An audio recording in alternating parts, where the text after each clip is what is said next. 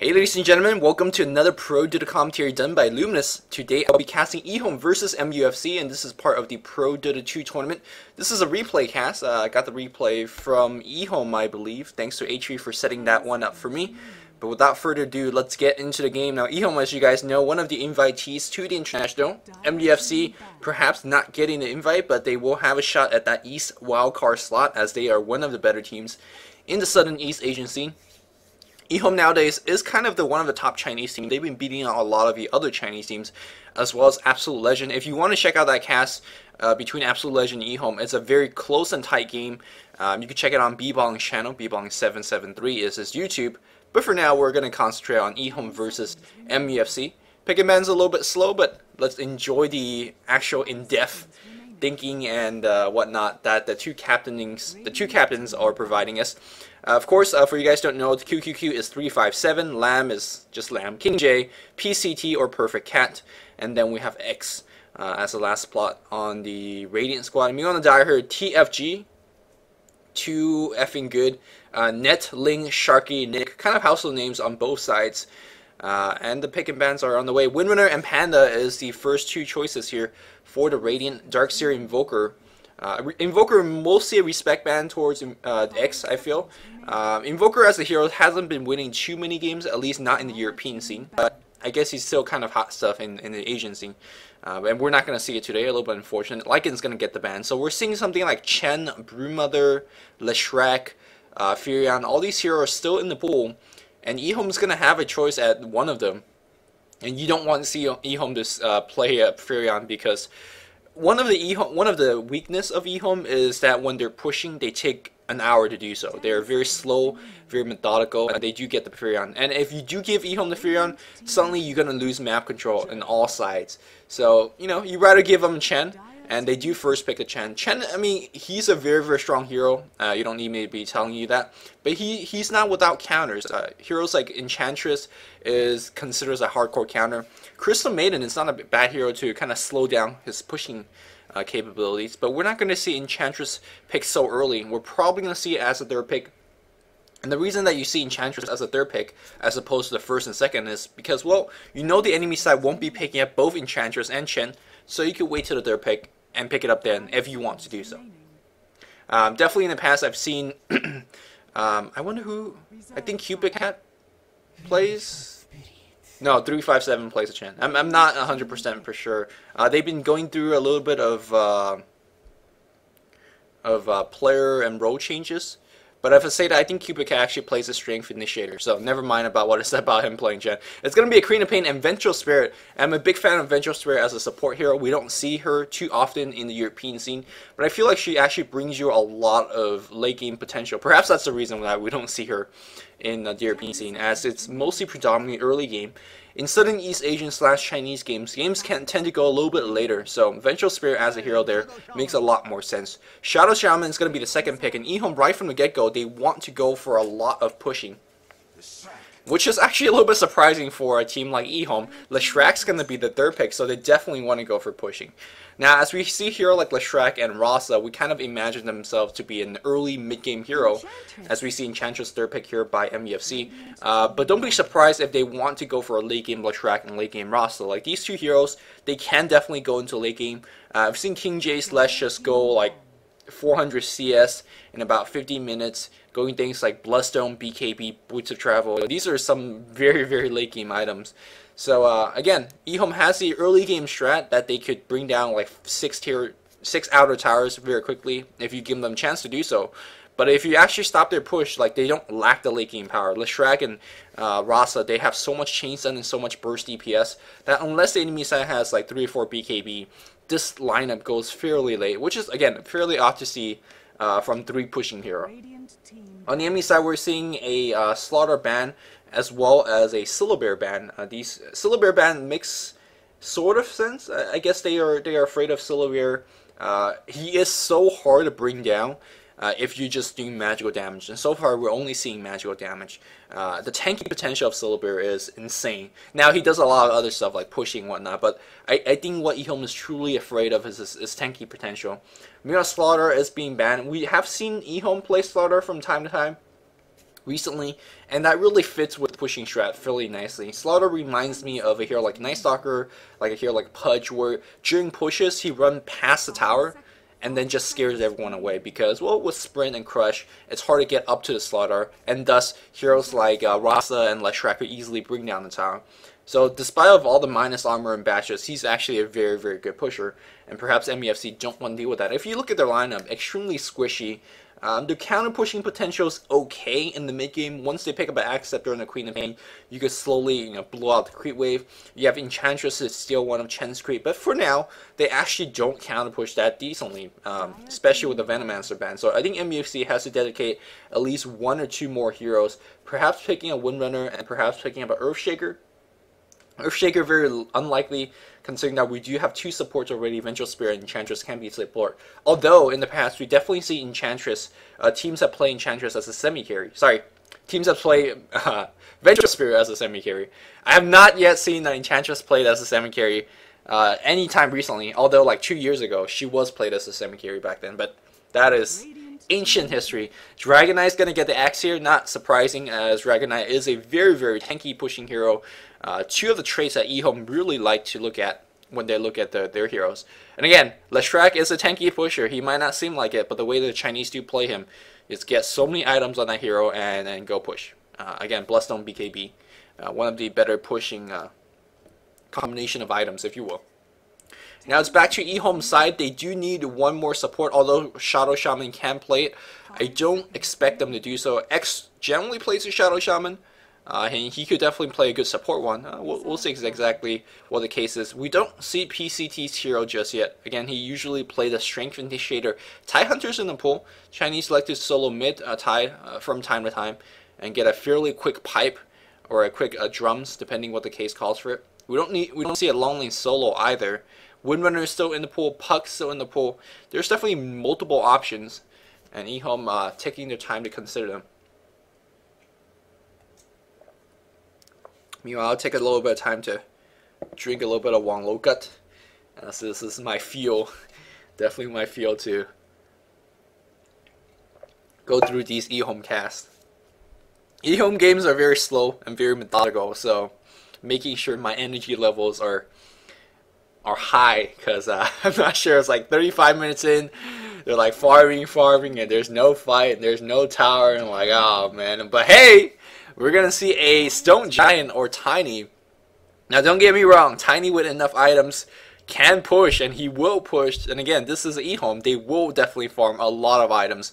But what Tiny doesn't lack is early game prowess as a sort of carry role that they're going to be putting him in. I wonder who is actually going to be playing Tiny. Perhaps it's going to be X, but we'll see. Tiny, in terms of fitting with this lineup, actually give you a fairly decent initiation. Don't be surprised if Tiny tosses Lesh in, and then Lesh just goes initiate, especially if Lesh has that BKB ready in the later stage of the game.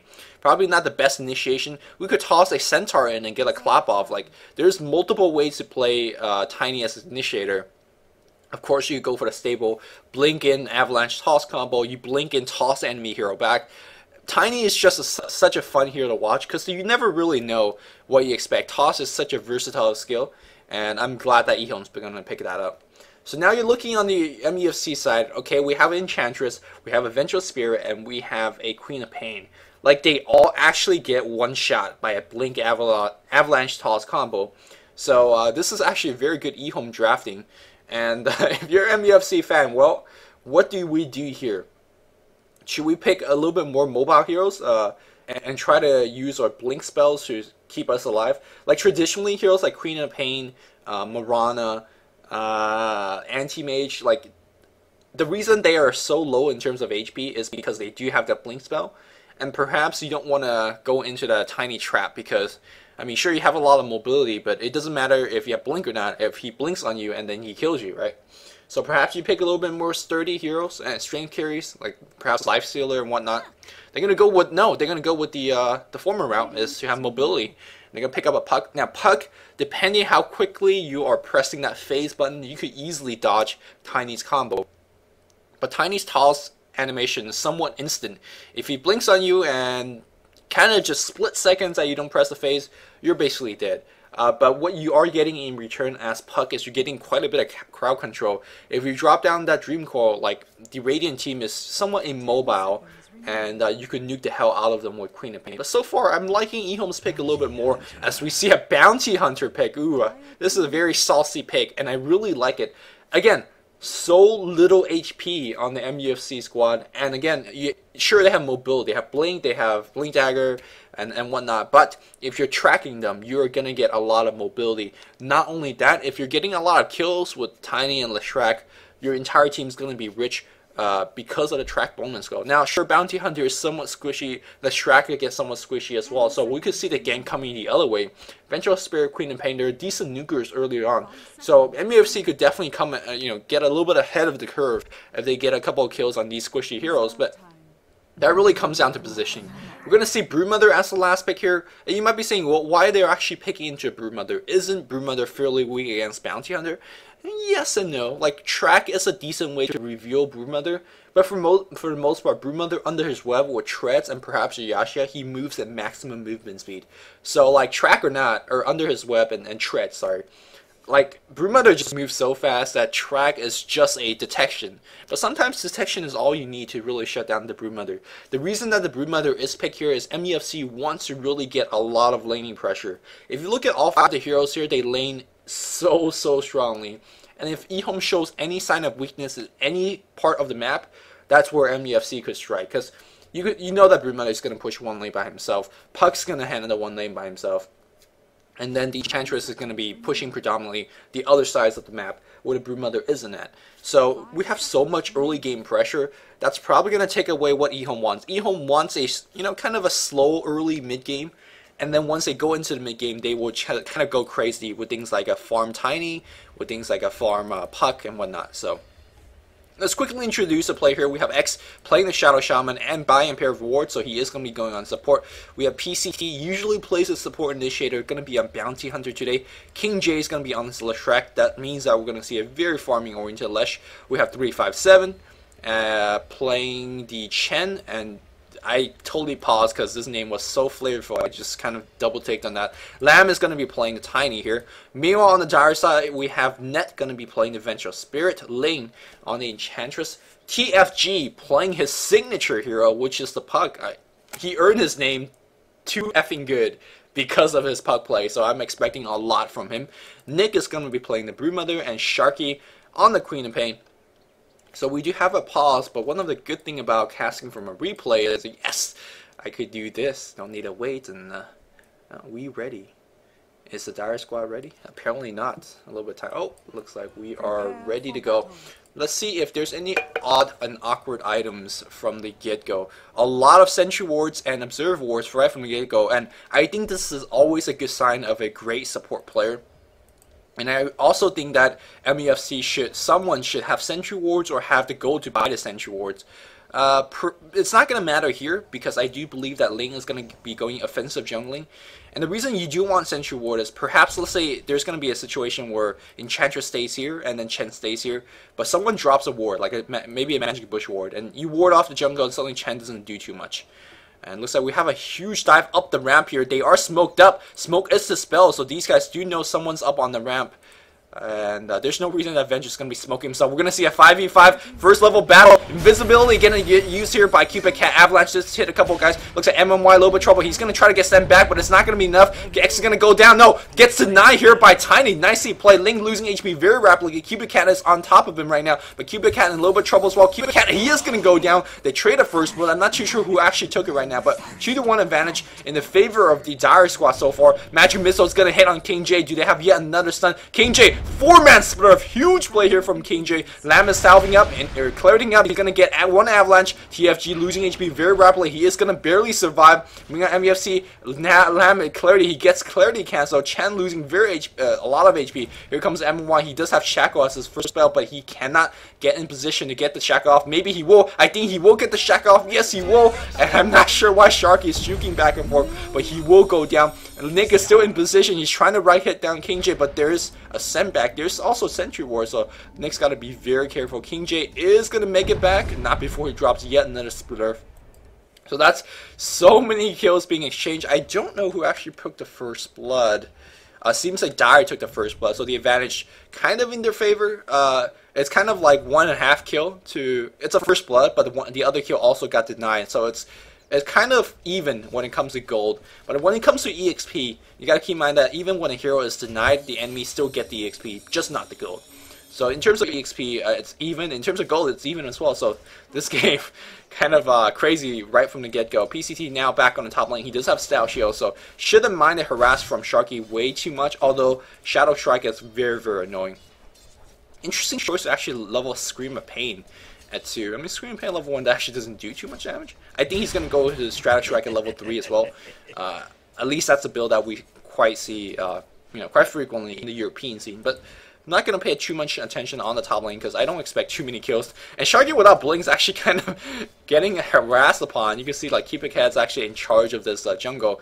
But the attention should be paid on the bot lane here as we see a very good lane from MUFC. Broodmother is just such a hard hero to deal with in the lane itself. And now when you have Chen and Enchantress roaming offensively in your jungle like this, like, you're in a little bit of trouble.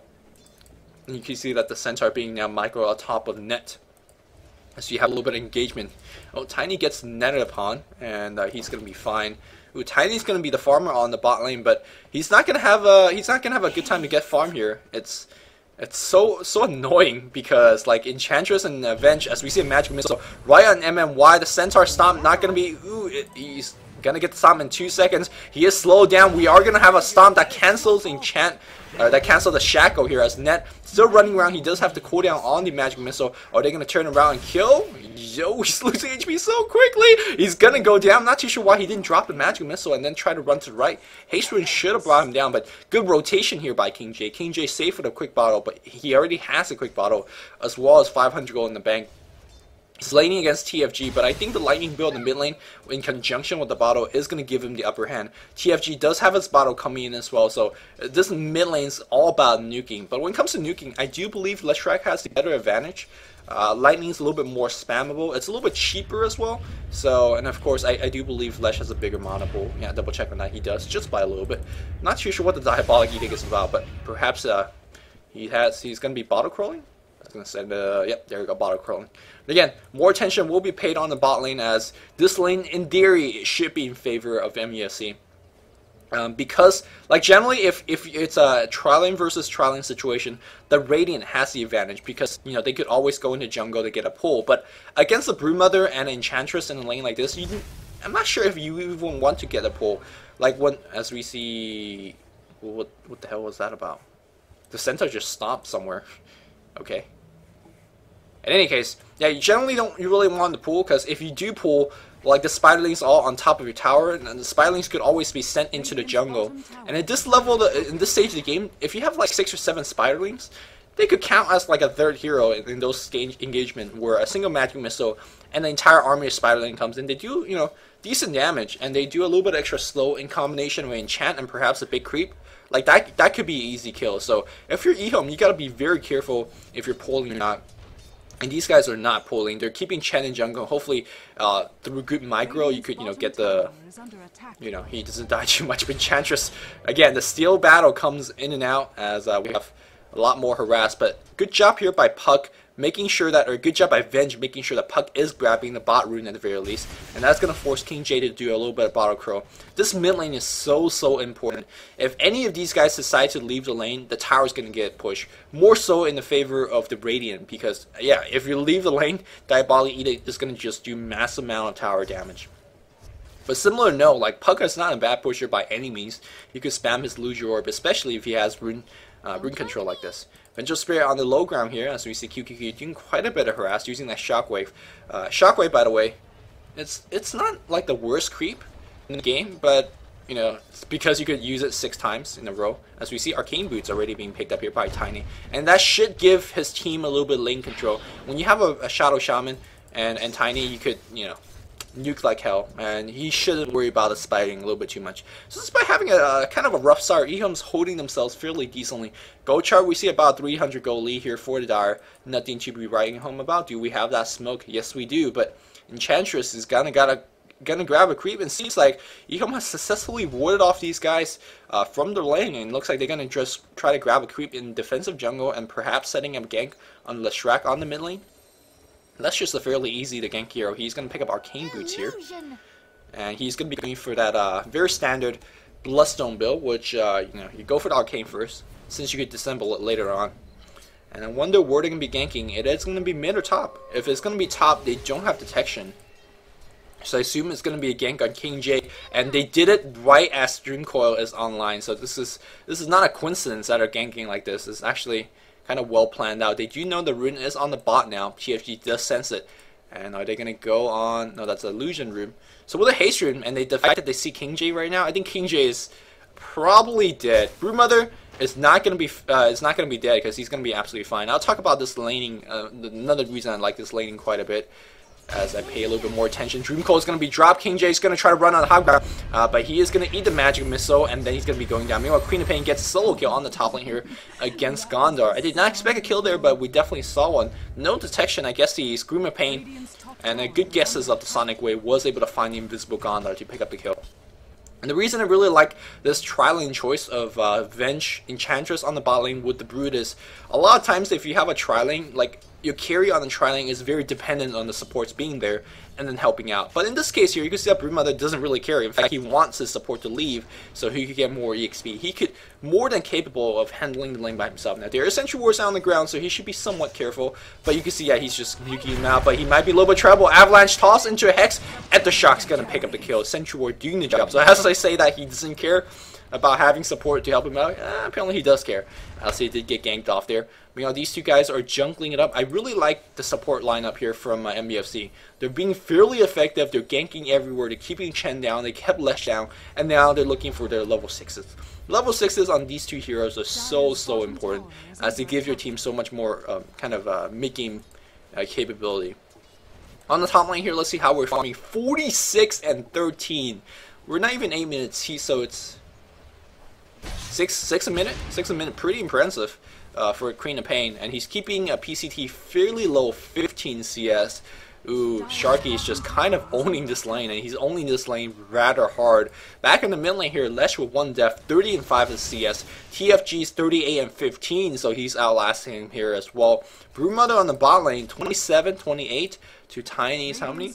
Tiny's got 41, so this is the only lane that they're kind of winning, and they're not winning by that much. Uh-oh, Chen in a little bit of trouble. Chen's gonna eat an enchant as we see a magic missile to his face as well. Nice steal on the creep though, but unfortunately Shockwave was already cast. King J going on Ling, but Ling should pop a heal and he's gonna be absolutely fine. Yeah, it's only level 1 or level 2 diabolic eating, but despite of that, enough damage. Ling walks, Net walks right back in, and he's gonna help his team to get the kill. Nicely played, and a kill on the Chen's creep. Avalanche is gonna miss, and Toss is not gonna be enough to get the kill. Yeah, toss him up down to half HP. It looks like TFG, he wants more. Dreamcoil is gonna cast. Lamb's gonna walk to get the sun off. And are we gonna reality Riffin? Yes, we will. And he's gonna get the kill, I think. Couple more right hits. The Style Shield doing enough block, but it is not enough. TFG is really too effing good, getting so many kills for his team. 8 to 5 in favor of the Dire squad. Gold chart now should be well in favor of Dire. Yes, about a 3,000 gold lead, and tower just got destroyed, so about a 4,000 gold lead. Man, the international invitees EHome are having a little bit of trouble as MUFC, as they destroy yet another tower on the top lane. The gold chart is just gonna swing like crazy. They're losing so many lane. The only hero that is actually having a good time is Tiny, and he just got killed. I gotta say, MUFC is looking rather solid. Now the question is, can they win the mid-game? They have all the advantage walk into mid-game. They have a fairly superior mid-game lineup as well. Broodmother up to 2k gold. It's gonna upgrade Treads, and then also get an Ogre Club BKB is gonna be item choice. As we see a Robo Magi on Puck. I think he started wanting to get Treads, but now that you're up to 1800 gold, I think it's better probably just to finish your dagger and then go back to drums or treads or whatever he wants to make. Yeah. I mean, you never... Blink Rush is okay for the most part on a hero like Puck. Sometimes we see players like to go for the drums first. Sometimes you see players like to go for treads first. Because Puck is such a precise hero. He has so low HP. Your phase has to be on top of it to survive. And he needs a lot of mana. But this is TFG. Like, he knows the hero inside and out. And he could make those precise plays. So, if he wants to go Blink Dagger first, you know, all for it. As we see a smoke being popped. And I think the smoke might just get revealed immediately. Nope.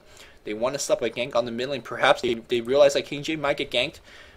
fairly soon, so they're going to be defensively smoking and then using King J as a bait. After doing that, well, not really going to be too effective as the Dire not really falling for it.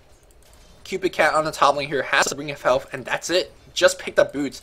This is how far behind. 24 creep kills, 10 minutes in. Sharky, by the way, hitting about 70 creep kill at 11.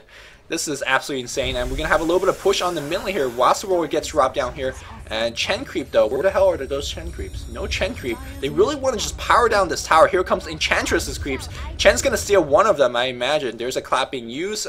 3 centaurs going on the mid lane. They're stunning Lamb. Whole bunch of creeps overall everywhere, and that's going to be enough. The wards get destroyed, and that's 110 seconds of the cooldown. The creeps gets knocked down as we see the stolen creeps back and forth. Teleportation comes in here. I think someone got sent back and then teleport back in. In any case, a lot of exchange, and Tiny teleported out, which makes sense considering that Nick is starting to pressure the bot lane a little bit. So you can see that EHome is just not getting kind of any momentum. They try to set up ganks, was not useful. They try to mow down the mid tower, trying to use their strong pushing potential. That was Chan, Leshrac, and Rasa getting their push shut down, so not too effective. But the gank coming on the top lane here, Hex and Shackle are already used, but just not enough DPS output. Sharky down to half HP, but he's going to bottle up just fine. He picked up an ultimate orb first. This is a sign that he is going to be going for a rush Hex. If you could rush Hex before the 20-minute mark, that is a good time. Hex is one of those items that's considered a late game item, because generally you do see it as, you know, the 3rd or 4th item purchase. But if you could finish it 20 minutes in, you're basically just adding another stun to your team. And if you're ahead like this, it's one of those items that could even give you a stronger advantage as the game goes on. Especially on a hero like Queen of Pain, who could definitely use a mana regeneration. Hex is probably the best item you can rush if you're rushing anything. Necrobug Rush is kind of an old favorite for a lot of players as well, but that's, you know, again, certain type of lineup. Speaking of Necrobug Rush, it wouldn't be bad in this game. There's a Gondar on the enemy side. Mana Burn is kind of relevant, but Hex Rush is obviously a little bit better in my opinion. On the bottom here, as we see MUFC again applying pressure. This is what I talked about during the pick and ban draft. Is when you have Broodmother pressuring bot lane, when you have Queen of Pain pressuring up top, when you have mobile heroes pressuring mid, and then Enchantress in the jungle doing whatever she wants. Like, what do you do as EHome? Like, where do you pay your attention to? And you can see that EHome, they're losing every single lane, but they can't really afford to trying to get ganks off. First of all, it's very difficult to get the ganks off. Broodmother is hard to gank. The Queen of Pain is hard to gank. And you saw that Rasa went up to the top lane, was not successful in getting the ganks. So if you can't get the ganks off, do you try to push? Again, very difficult to push, as we see now engagement happening on the mid lane. Magic Missile keeping down King J, but the Magic Wand as well as Dream Coil keeping them down. A toss is going to get the kill. No, it looks like Lightning was enough. We're going to see a toss initiate. Tiny looking for it. We do see a blink in here as we see King J gets blown up. Sharky might be in a little bit of trouble, as we know it looks like they want to go for a TFG. TFG is going to get nuked down. His survive solo is going to blink out in a couple of seconds. Going to be using the orbs. Going the offensive. PCT losing HP very rapidly, but no detection. He should be fine. Meanwhile, Queen of Pain barely survived as well against King J. Against the Tiny. So far so good for MUFC, as they are shutting down EHome, and they're shutting down hardcore. Like 6-9 might not be seeming that big of a deal, but meanwhile on the bottom here, as MUFC forces Tiny to TP mid, Nick is like, well, more farm for me on the bot. As we see the 5,000 goal lead. This is only after 2 tower being destroyed. Nick is right back on the bot tower. Mid tower finally got forced down, but are they going to lose even more heroes? No, that seems to be it, as we see Net walking in very bravely. He's got the face boot finish, and this is a sign that MUFC is so ahead, as we see a teleportation going to bot lane.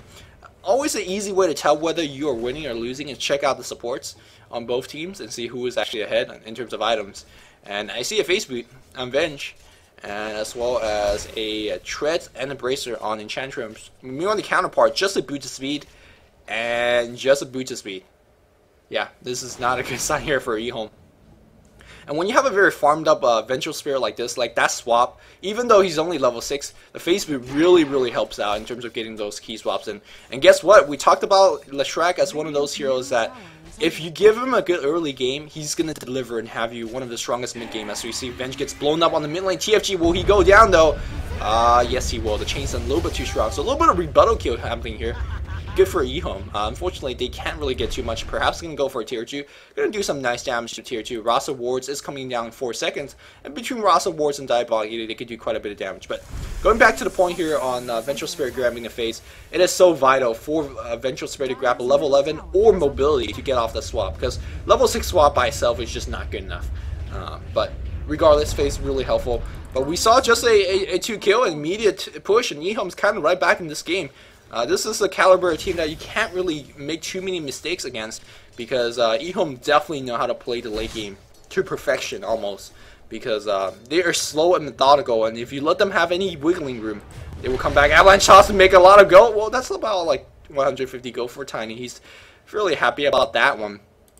Blink Dagger is finished as well as 1,000 gold. Perhaps we're going to see a drum spill on Tiny, giving him the very important mana pool as well as movement speed to catch people up. But we see a little bit of initiation here. A double blink comes in, the mobility is too strong. Look at the nukes. If you blinked, you missed it. Hand of God was used in that engagement as well, and it did not do anything.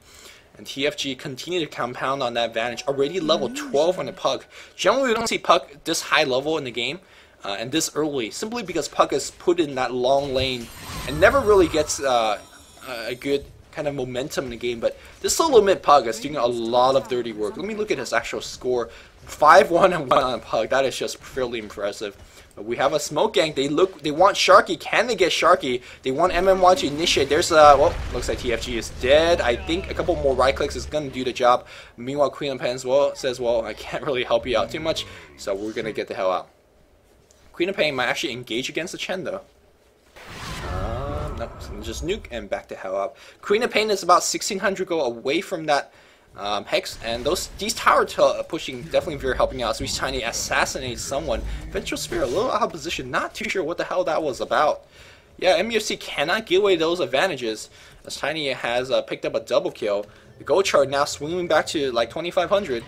MUFC, gotta be careful. You have a very strong mid-game lineup, but if you're throwing away kills like these, EHome definitely, in my opinion, has a better late game. Again, Tiny and Leshrac doesn't seem like good late game heroes, but to me they are. Like Axtic Tiny, Leshrac with BKB and Bloodstone are late games in my book. Broodmother is one of those heroes that gives you 40 minutes, and because you have so many chain stuns, you have things like Chen, you have heroes that could wield Force Staff. I don't think Broodmother is going to do too much. And you gotta keep in mind also, there's a Bounty Hunter. If you're getting kills, Bounty Hunter is going to give you track bonus gold. Now, he's not really being involved in a lot of kills so far, but eventually he will be. And that's going to give EHome quite a bit of income. Let me see Cupid Cat's score. He's 0-1, so he's only been involved in one fight where they perhaps got off that track for a little bit of gold bonus. But yeah, mark my words, he's going to be fairly effective once the mid-game hits. Let's check out how we're doing in terms of item progression. The Blink Daggers, it's up on TFG. He is going to be going for strength shreds and perhaps drums afterwards, upgrading that circlet. If he wants to go for a hex rush, that isn't too bad of an idea as well. BKB's already finished on the Broodmother, so he's fairly farmed. Treads is up and still working on that hex, and then we talked about the face speed as well. Another point, or 8-point booster up on the Enchantress, so getting quite a bit of HP as well. And HP is a very strong choice against Tiny, because Tiny is a assassinator in a sense. Meanwhile, on the Radiant side, we see a Vanguard being completed on Gondar. Now, Gondar going for Vanguard, generally not a really good item choice, or not an item choice that you want to go for, but in this game, it's going to work out decently, considering that he is fairly far behind. You know, sure, you have Janata, you want to do big damage, but you got to survive to do that big damage, so as we see, have that engagement. They do see Chen, they're going to focus on Chen. There's a silence on him, so no Hand of Gods right now. Can you chain stun him down? Yes, you can, and now they're looking for PCT. The blink a little bit of misplaced here by TFG, but he really was out of spells anyway, so he cannot get the kill on PCT. But what they will get the kill on is perhaps the tier 2 tower here, as that one might be in a little bit of trouble. Meanwhile, on the top lane here, Sharky, not invisible, in the trees, looking for a kill against MMY. They are using MMY as a bait. Oh, and maybe they are going to fall for a tiny avalanche toss. And looks like the Hex is going to be on Sharky. Sharky gets shackled up, and the right click comes down from Tiny on a dominating streak. He's kind of getting an item here and there. It is not going to be a drums upgrade. It is just going to be a straight Acceptor rush. So the bait really falling through, and MUFC kind of eating up, and they're not bringing down the tier 2 on the bot as well. So MUFC kind of just walking around. They want to defend the tier 1 top. I'm not too sure whether this is actually a good strategical choice. If I was MUFC, which obviously I'm not, and I'm not as good as players as they am, I'll be like, oh, EHome pushing top, sure, you can have the push up here. We're going to just concentrate push bot and trade a tier 1 for a tier 2 bot. Like, in terms of that trade, it's well worth it. Or perhaps put more pressure on the mid lane, as this tier 1 tower is still sitting up. Yeah, they definitely did not defend tier 1 as you saw here, and they got nothing accomplished on any side of the map. Anytime you're losing a tower, you want to get a sizable trade, a favorable trade, and MUFC there, they got nothing in return. And that's not too good. And of course, that kill early on kept the Queen of Pain back. Now, 900 gold away from that Hex. That last 900 gold is going to take a while. Definitely going to take a while. Tiny walking around looking for a Broodmother. I don't think he could one-hit kill the Broodmother. He's got to be very careful. If he doesn't one-hit kill the Broodmother, Broodmother could just pop the BKB and go right on him. Meanwhile, we see a lagging kill on the Chen. Sorry for missing that one.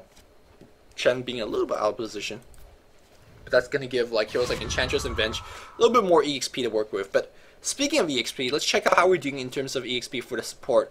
MMY's got level 11. Chen's got level 8. On the other side, we have an 8 Venge and a 9 Enchantress. And that's really the difference between the playstyle of two teams. Chinese teams really love to make sure that at least one of their support, if not both, is sufficiently level. Their philosophy is like in the mid to late stage of the game, we don't want one or two hero on our squad to basically do nothing and die right from the get-go when all the AoE spells are being thrown. Southern East Asian support, Southern East Asian teams, their philosophy is a little bit different. They're saying, okay, we're going to have two supports that's going to get no farm and no gold. But in exchange, we're going to have really, really strong semi-carries, 3 of them. And we're going to see the difference in terms of, I guess, farming philosophy to come to fruition. As we see, Nick is tracked up. He's not afraid. I'm not too sure whether that's the best of choice. That track is going to be running out fairly soon, but the initiation is going to be coming in. There's going to be Hex, there's going to be Avalanche Toss. MUFC believes that BKB will save him, but he is in the rude awakening, and you can see that track bonus gold is starting to take the toe against MUFC. Tower is going to get destroyed by Dire. What was that, a tier 2 top? Denied by Dire? No, it's destroyed. What tower was destroyed? What the hell? I guess it was the tier 2 top, but the crew wave's not even there. I guess I'm not paying attention. Now, obviously, I could just go back here and check out, which I would do so. Kind of curious, what tower did we lose? So, watching the track. Okay, we lost this tower. My bad. So no one was teleporting to defend this one. Actually, that's kind of big. A tier 2 tower gives you about 1,500 gold entire team. Okay, so good to have that rewind function. But let's go back to the Brood a little bit. He's got to be careful about his positioning. His team is not providing him enough ward coverage to help him out. But generally, as a Broodmother, you're kind of, you're being thrown against the wolves. You're supposed to play here like this. But against a Gondar, that's somewhat annoying. Earlier I talked about, oh yeah, that track's not going to really do too much because Broodmother with his extra mobility could run away, but not against a Blink Tiny, because that Blink Tiny will find you, and then that's going to give MMY more than enough time to go in and chain stun you to death as well. So now Broodmother has got to be somewhat worried about as well, as we see EHome now pushing a tier 1 on the bot. This tier 1 and perhaps this tier 2 is so important for Roshan, and now it seems like EHome has the advantage when it comes to Roshan teamfight as well, because their tier 1 is still up here. They're going to mow down this tower fairly strongly, and they're going to back off.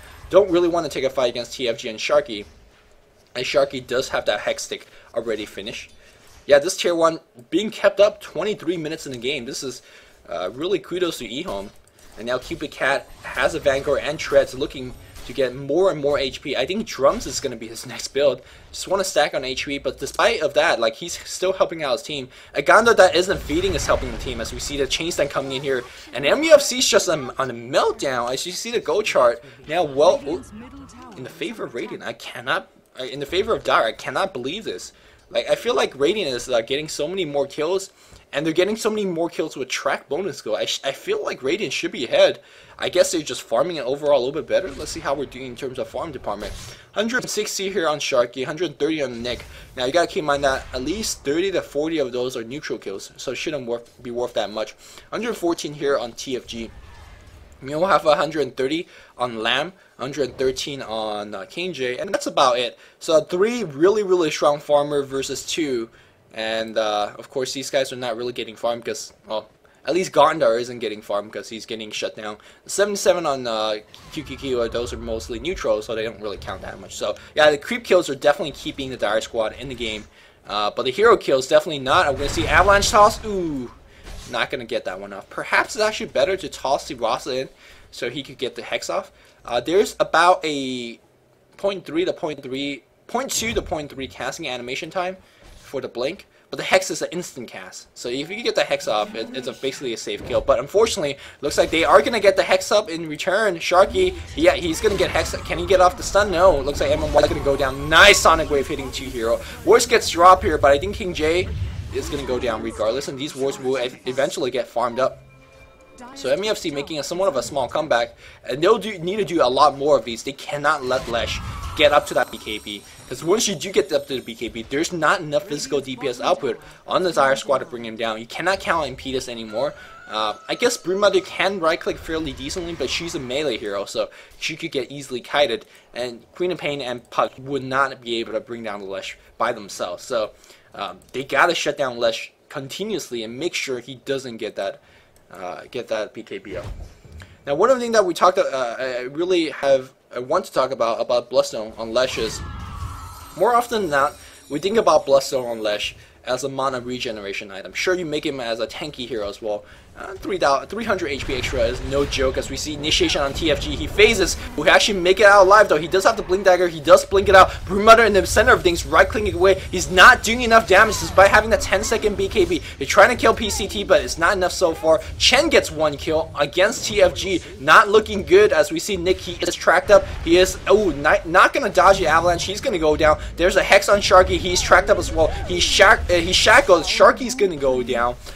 Dire initiates a team fight, but it's not going to be enough, as they went down 3-0. Here comes in King J and his squad. They're going to look to get the high ground, and they don't have to worry. A little bit unfortunate, but you got to keep in mind the 22-second here cooldown on Diabolic Edict is no joke, and they did have the big stake on Lamb. Enchantress comes in. He's got to be very careful. Yeah, I do believe they're losing the mid-racks. I mean, just moments ago, we see MUFC kind of in equilibrium of things. And I gotta talk about, that's what I said early on, you cannot give EHome any kind of leeway, because they will just shut you down so very quickly.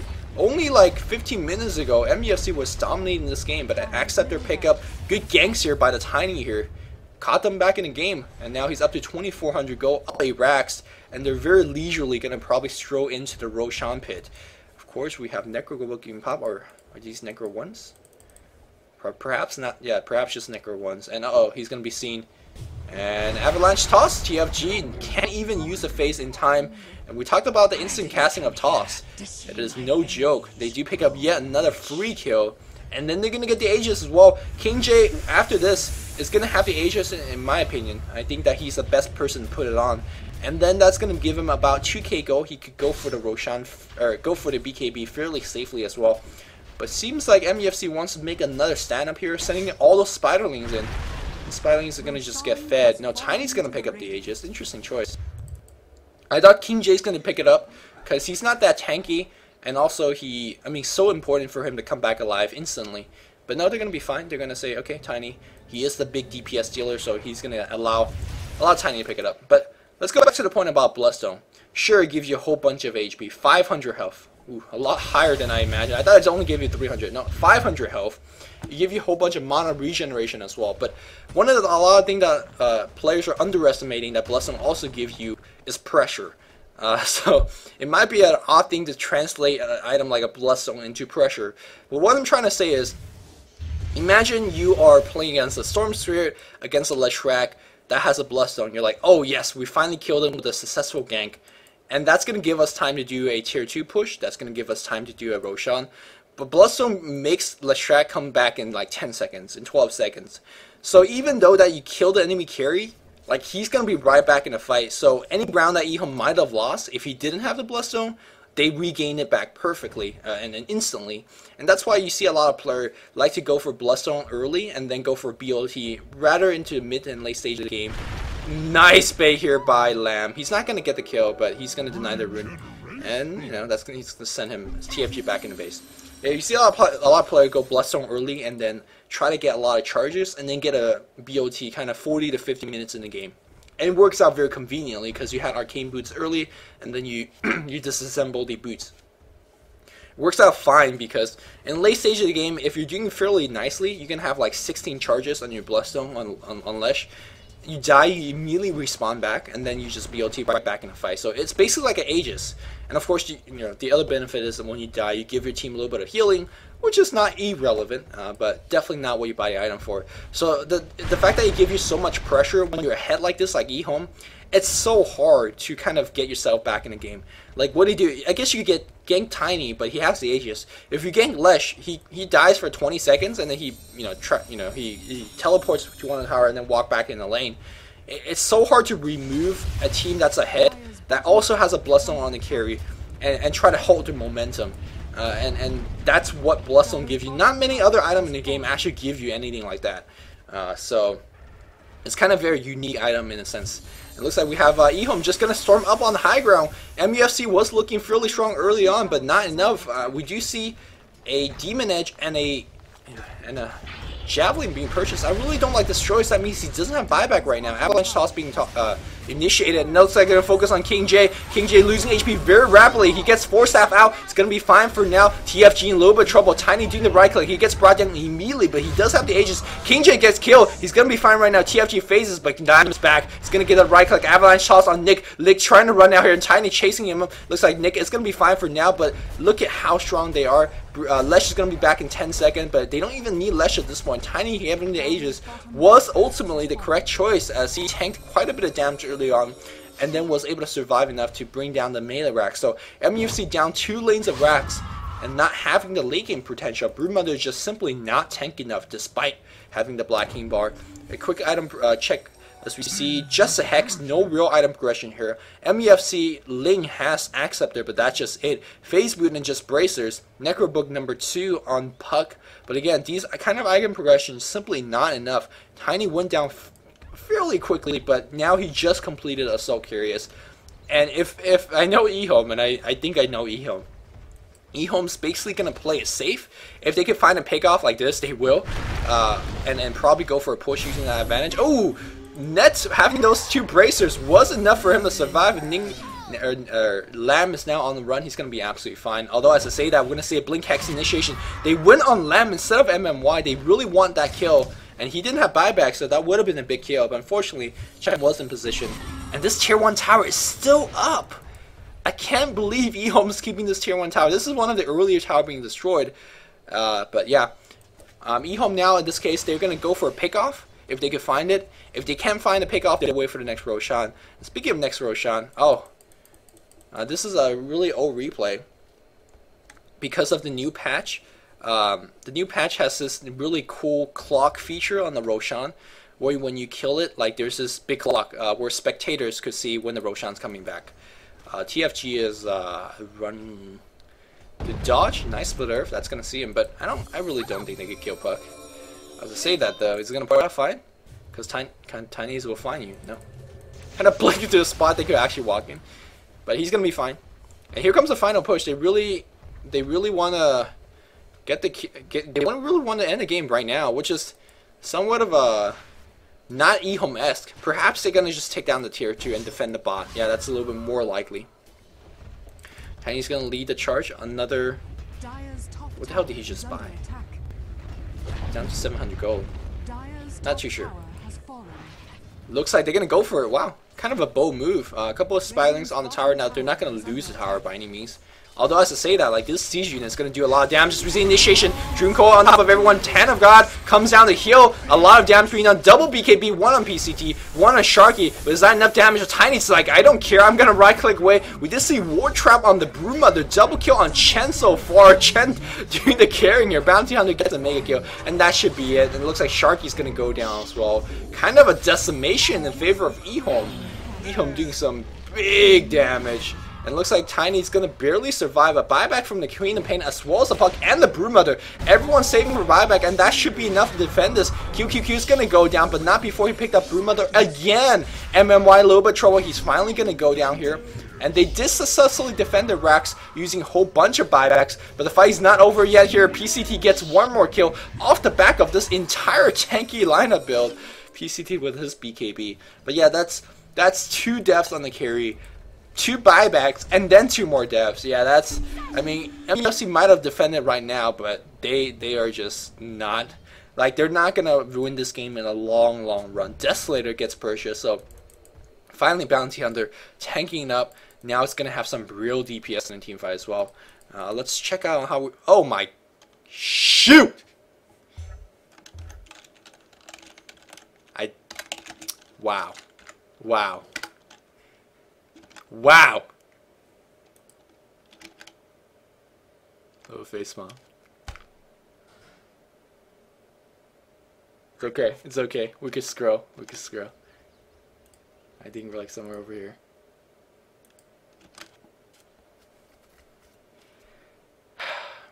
It's okay. It's okay.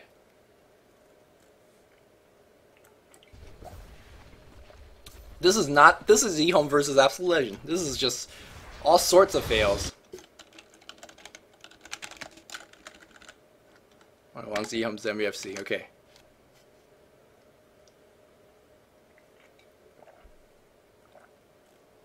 If this was a you know, a fraps, I could just edit that portion out, but you know, when you're casting live, it's always unpredictable. But thanks for Valve for adding this like instant feature.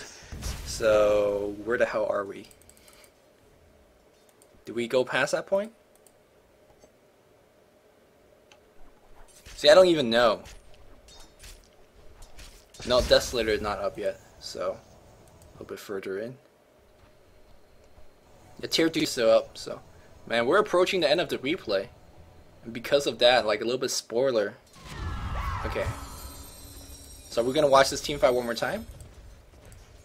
Watch this team fight that we know who's gonna lose. Yeah, let's watch it one more time. Why the hell not? Gonna watch, no, it's not, no, this is a team fight after. The Desolator is up, the BKB is up. Okay, so we're right back. Brumeta's farming on the bot lane. He does have a teleport scroll. He wants that last little bit of go for that javelin. Let's see how long EHome's gonna wait. Now, EHome's one of those teams that will wait. So actually, Brumeta's got a little bit of time to farm his stuff. Now, Venture Spirit definitely looking for the swap. Level 19 on Shark. He has to be KP finish. Net looking, he's got level 11. Generally, that's a very good time to initiate King J. Oh, Avalanche Toss. Looks like Net gets brought down. The ward gets dropped. And suddenly the fight is not too good. A Glyph gets forced to pop. Brumeta comes back here. No Javelin finish. No MKB finish. And looks like Ling walks right in. There's a Hex on Cupid Cat. Can you bring him down? He's losing HP very rapidly. He is going to go down. But look at Nick losing HP big time here. And Tiny, the cleave are simply too much. He brings back to the tower. Now be right-clicking down the racks, and there's just not enough DPS output to bring down that Tiny, and that's going to be the game, as EHome controlling that last team fight. EHome initiating. I'm pretty sure MUFC did not expect that kind of initiation. I didn't expect it either, because again, EHome's one of those teams that will slowly siege up the hill. They don't actually initiate that frequently, but Lamb's kind of been on top of this game. I gotta say, MVP Lamb. Generally, I give the MVP to support. You're like, oh man, look at them warding, look at them, you know, keeping the enemy down in terms of ganks. But Lamb's the guy that kept them back in the game when EHome was down early on. He was the one that ganked and really brought themselves back. So, well played here by EHome. And they are going to force a GG out. So that's going to do it. Do apologize for a little bit of fail in the end. But hope you guys enjoyed the commentary nonetheless.